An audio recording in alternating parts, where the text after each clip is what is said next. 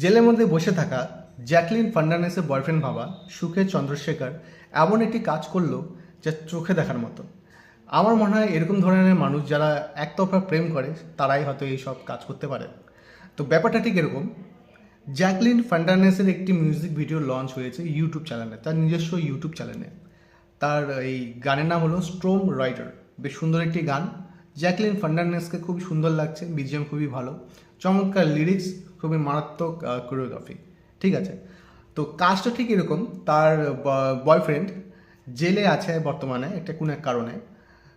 তো সে ওখান থেকে একটি মেসেজ পাঠিয়েছে ভক্তদের যে জ্যাকলিন ফার্নান্ডেসকে যারা ভালোবাসেন, যারা ওনার ফ্যান, তারা একটা এই ভিডিওটা লং দেখবেন। ওনার ভিডিওটা ইউটিউব চ্যানেলে গিয়ে, জ্যাকলিন ফার্নান্ডেস ইউটিউব চ্যানেলে গিয়ে ও স্ট্রম রাইডার ভিডিওটি পুরো লং দেখবেন, লাইক করবেন, শেয়ার করবেন, সাবস্ক্রাইব করবেন, ভালো একটা কমেন্টস দিবেন।